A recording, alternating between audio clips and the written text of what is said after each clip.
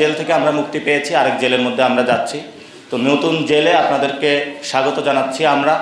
ইনশাল্লাহ আমরা এখানে 18 কোটি মানুষের বড় একটি জেলের মধ্যে রয়েছি। এই জেল থেকে মুক্তির জন্য আমাদের আগামীর লড়াইটা আরও দ্বিগুণ করতে হবে। বাংলাদেশে টোটালি একটা ইলেকশন ইঞ্জিনিয়ারিং হয়েছে, যেটা সেট আপটা অনেক আগেই করা হয়েছিল। কে কত আসন পাবে, কিভাবে পাবে।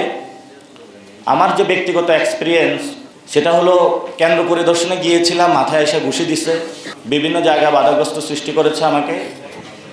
তারপরে হলো সন্ধ্যার পরে একসাথে আমাদের 97 কেন্দ্রে তারা একসাথে অ্যাটাক দিয়েছে এবং আমাদের সবাইকে নাজেহাল বানিয়ে দিয়েছে।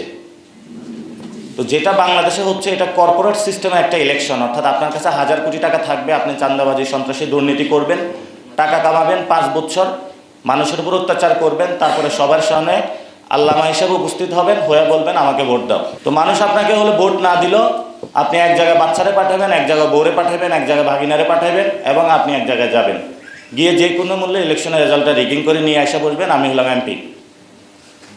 তো ইনশাল্লাহ মানুষ আমাদের উপর ভরসা রেখেছে। আমরা বাংলাদেশের মানুষের উদ্দেশ্যে যেটা বলতে চাই, আমরা আপনাদের কাছে গিয়েছি, আপনারা আমাদেরকে ভালোবাসা দিয়েছেন পুরো বাংলাদেশে সাপলাকলিতে।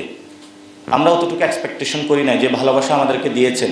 একটা ভোট চোর যদি পার্লামেন্টে যায়, সে তো জনগণের পকেটের টাকা চুরি করবে, ব্যবসায়ীর টাকা চুরি করবে, এমন কোনো জায়গা নাই যেখানে হলো সে হাত বসাবে না। ভোট চোর তো আসে, এখন হলো চোর দয়, এটারা আরও বললে ত্রিপল আরও বাড়ানো যায়, ভাগিনা, একদম পুরো একটা গোষ্ঠী শব্দ হলো ভোট চোর।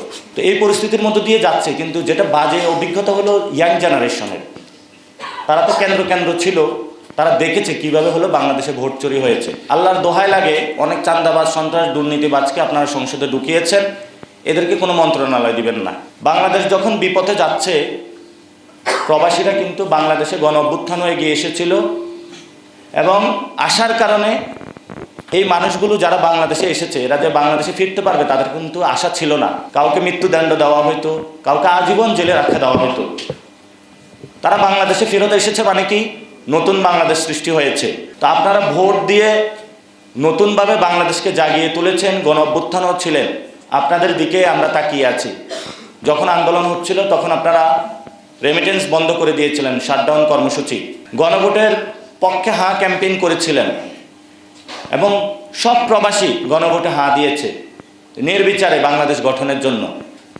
তো এখনও নতুন বাংলাদেশে আপনারা দেখবেন, এক চোর তো ইন্ডিয়া পালায়া গেছে, আরেকজন চুরি করার জন্য রেডি হচ্ছে। এই চোরদেরকে কিভাবে চুরি থেকে ঠেকানো যায়, আমাদেরকে সবাইকে একটু সজাগ থাকতে হবে।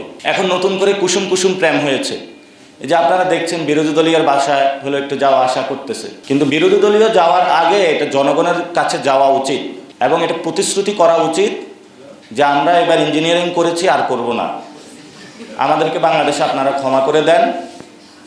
এবং এই যারা দুর্নীতি, সন্ত্রাস, চাঁদাবাজি সংসদে আমার ভুলের কারণে চলে এসেছে, আমি এদেরকে কোনো মন্ত্রণালয় দিব না, এবং এদের কোনো পাপের শাস্তি আমি ভোগ করতে রাজি নই। তো এতদিনে তো আমরা মরিয়া প্রমাণ করিলাম বাংলাদেশে আমরা ইলেকশনে করতে চাই, সংস্কারও করতে চাই। এটা তো অ্যাটলিস্ট এখন আপনাদের বিশ্বাস করা উচিত। এবং এই সংস্কারের জন্য আপনারা কোনো প্রক্রিয়া যদি ভণ্ডুল করেন, সেটা কিন্তু বাংলাদেশের মানুষ বসে থাকবে না। এবং আমরা আহ্বান জানাবো, সংসদে শপথ হতে যাচ্ছে, তো চোর বাটপাররা অনেকগুলাই কিন্তু শপথে হলো নিয়ে ফেলবে। এদেরকে অ্যাকাউন্টেবল করার জন্য আপার হাউস প্রয়োজন। আপার হাউসটা যদি সকলে একসাথে নিতে পারতো, এটা বাংলাদেশে ভালো হতো।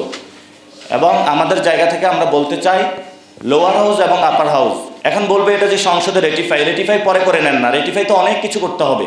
তো সেই জায়গা থেকে আমরা বলবো যে সংসদে আপার হাউস এবং লোয়ার হাউস একসাথে করা যায় কিনা, এবং দয়া করি আপনারা উচ্চকক্ষে বিএনপি এবং জামায়াত, এনসিপি, আমরা সবাই এই প্রতিজ্ঞায় আসি, যারা সংস্কার বুঝে না, যারা সংস্কার বন্ডুল করতে চায়, তাদেরকে ওইখানে জনগণের ট্যাক্সের টাকা দিয়ে পাঠানোর দরকার নাই। একটা গাড়ি পাবে, আপার হাউসে বসবে, বসে একটু লাক্সারি, যে ঠিক আছে একটু চুরি টুরি করলাম, এখন একটু বিশ্রাম নেই, চুরিতে সহযোগিতা করছি এই হিসাবে আমাকে আপার হাউসে পাঠাইছে, আমি একটু বিশ্রাম নেই। এই ধরনের জনগণের ট্যাক্সের টাকা দিয়ে এটা করা যাবে না। আরেকটা হলো হাসিনার বিচার। আমরা শুনতে পাচ্ছি শপথ অনুষ্ঠানে অনেকে আসছেন, ভালো কথা আসছেন, ডিপ্লোম্যাটিক রিলেশন থাকবে, কিন্তু হাসিনার বিচারের কি খবর, এ বিষয়ে আমরা এই পর্যন্ত কোনো বক্তব্য দেখলাম না। তো এটা যদি ভোটের মাধ্যমে হাসিনা যদি ফাঁসির দণ্ড থেকে নিস্তার পেতে চায়, যে আমরা বিএনপিকে কিছু ভোট দিয়েছি, দফা রফা হয়েছে, আমি বিচার থেকে মুক্তি পাবো, এই চিন্তা আপনারা করবেন না। তাহলে হাসিনা এবং আপনাদের দুইটাই একসাথে হলো, বাজে পরিস্থিতি আপনাদের হবে। আর একটা নাকি চিন্তা করতেছে যে এনসিপির পোলাপাইন বেশি বাড়তেছে, এদেরকে আওয়ামী লীগ লেলাইয়া দিতে হবে অফিস খুলে। বিএনপির দরকার কি, আমরা এখন রিল্যাক্স মোড থাকি, আওয়ামী লীগের লেলাইয়া দিতে হবে। আওয়ামী লীগ যারা লেলাইয়া দিবে তাদেরকে আমরা আগে ধরবো।